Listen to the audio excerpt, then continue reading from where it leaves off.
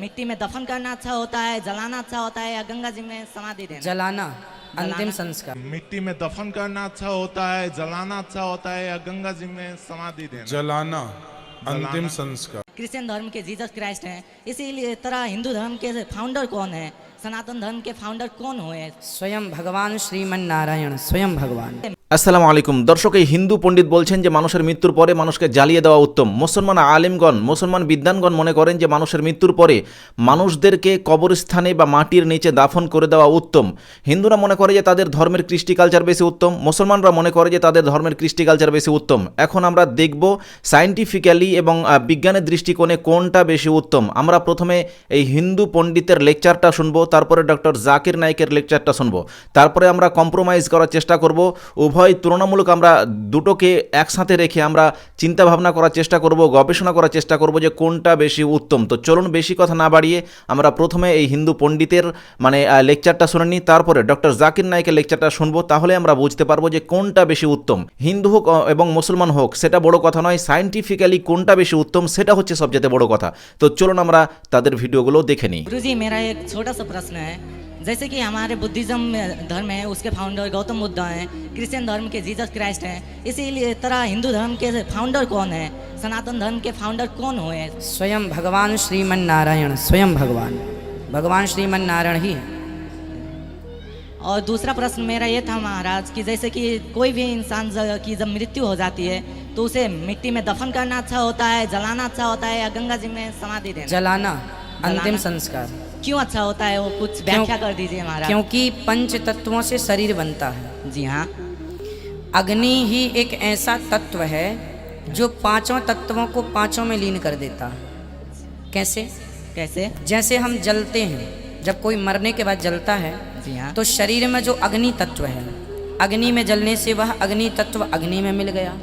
बोलो हाँ। हाँ। वायु तत्व निकल के वायु में मिल गया। बोलो हाँ। हाँ।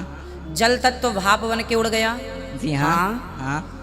बचा आकाश तत्व, तो हाँ। आकाश तत्व आकाश में, फिर बची मिट्टी तत्व तो राख बच गई। जी हाँ।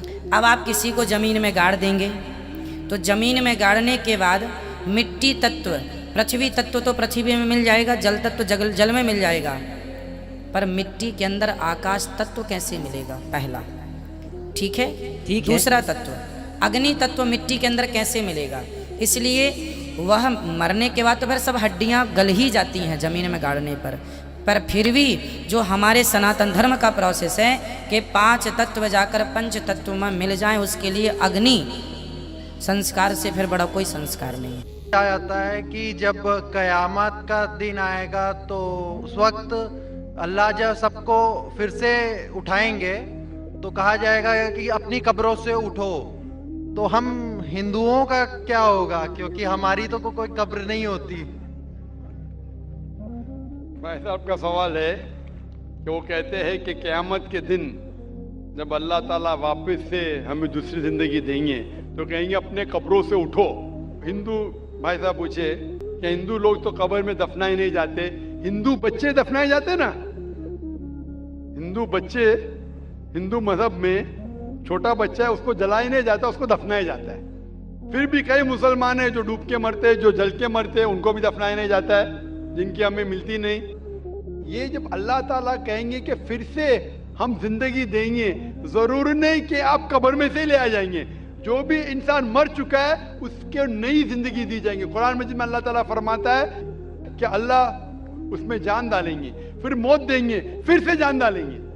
तो अल्लाह जान डालेंगे, चाहे वो कब्र में है, चाहे जलाया गया है, चाहे डूब गया है, जो भी हालत में है अल्लाह उस इंसान में फिर से जान डालेंगे। और अल्लाह ताला को जान डालना बहुत आसान है, चाहे आप दफनाए गए हैं या चाहे जला दिए गए। अल्लाह ताला फरमाते जब गैर मुस्लिम के एतराज करते अल्लाह से और अल्लाह से पूछते हैं कि जब आप दफनाए जाएंगे और क़यामत के रोज जब इंसान उठाए जाएंगे तो अल्लाह ताला उनको हड्डियां को कैसे जोड़ेगा? जैसे आप पूछ रहे ना, अल्लाह ताला जो कब्र में उनको उठाएंगे, हम कब्र तो नहीं गए, तो लोग पूछते हैं, कुरान मजीद में इसका जिक्र है, सूरह क़याम में सूरह नंबर 75 आयत नंबर 3-4 में, कि अल्लाह ताला हड्डियां को कैसे जोड़ेगा? तो अल्लाह ताला फरमाते हैं अल्लाह हड्डियां को ही नहीं जोड़ सकता है, आपके उंगलियों के पोर पोर को जोड़ सकता है, उंगलियों के पोर पोर। आप सोचते हो अल्लाह ताला क्यों कहता है क्या उंगलियों के पोर पोर को जोड़ सकता है?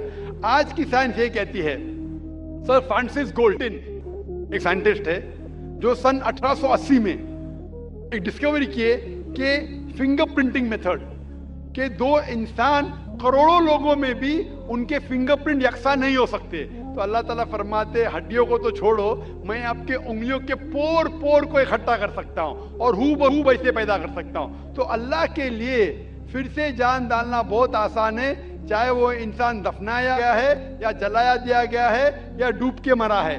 अल्लाह को फिर से जान डालने में, चाहे वो मुसलमान मरा या हिंदू मरा या ईसाई मरा, अल्लाह को जान डालने में बहुत आसान है, कुन फयकुन। और फिर से हमें नई जिंदगी दी जाएंगी और फिर हिसाब किताब किया जाएगा। और हिसाब किताब में अगर आप अल्लाह के अहकामात पे अमल किए तो इंशाअल्लाह आप जन्नत में जाएंगे, इस दुनिया के इम्तिहान में सफलता पाएंगे। लेकिन अगर उनके अहकामात पे आपने नहीं चले, उनके मुताबिक नई जिंदगी बसर करे, तो आप इस जिंदगी में सफलता नहीं पाएंगे। कि सनातन क्या है, सिर्फ सनातन क्या है, मैं यही जानना चाहता, जिसके कारण मैं आपके द्वार पर और यहाँ इजलास महफिल में मैं आपके सामने क्वेश्चन रखा हूँ। भाई साहब ने पूछा है कि सनातन की मानी क्या है। पूरा सनातन धर्म, सनातन मतलब एक ही खुदा में मानना। सनातन धर्म जैसे मैंने कल भी कहा, स्वामी दयानंद सरस्वती ने शुरू किया था।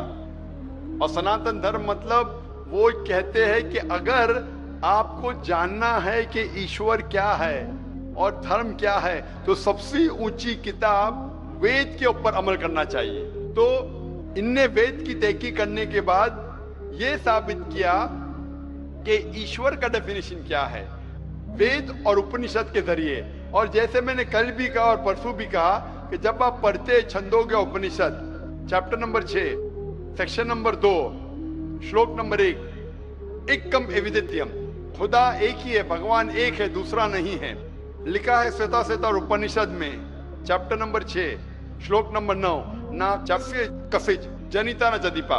उस ईश्वर, उस भगवान का कोई रब नहीं, कोई वालदेन नहीं। लिखा है श्वेता श्वेता उपनिषद में चैप्टर नंबर 4 श्लोक नंबर 19, न तस्य प्रतिमा अस्ति, उस ईश्वर की कोई प्रतिमा नहीं। प्रतिमा एक संस्कृत लफ्ज है जिसके मानी है अक्स, picture, photograph, painting, idol, sculpture, statue. उस ईश्वर, उस भगवान की कोई प्रतिमा नहीं, कोई अक्स नहीं, कोई पिक्चर नहीं, कोई पेंटिंग नहीं, कोई फोटोग्राफ नहीं, कोई स्टैच्यू नहीं, कोई आइडल नहीं। यही चीज लिखा है यजुर्वेद के अंदर चैप्टर नंबर 32 श्लोका नंबर 3, न तस्य प्रतिमा अस्ति, उस ईश्वर, उस भगवान की कोई प्रतिमा नहीं, कोई अक्स नहीं, कोई पिक्चर नहीं, कोई पेंटिंग नहीं, कोई स्टैच्यू नहीं, कोई पोर्ट्रेट नहीं।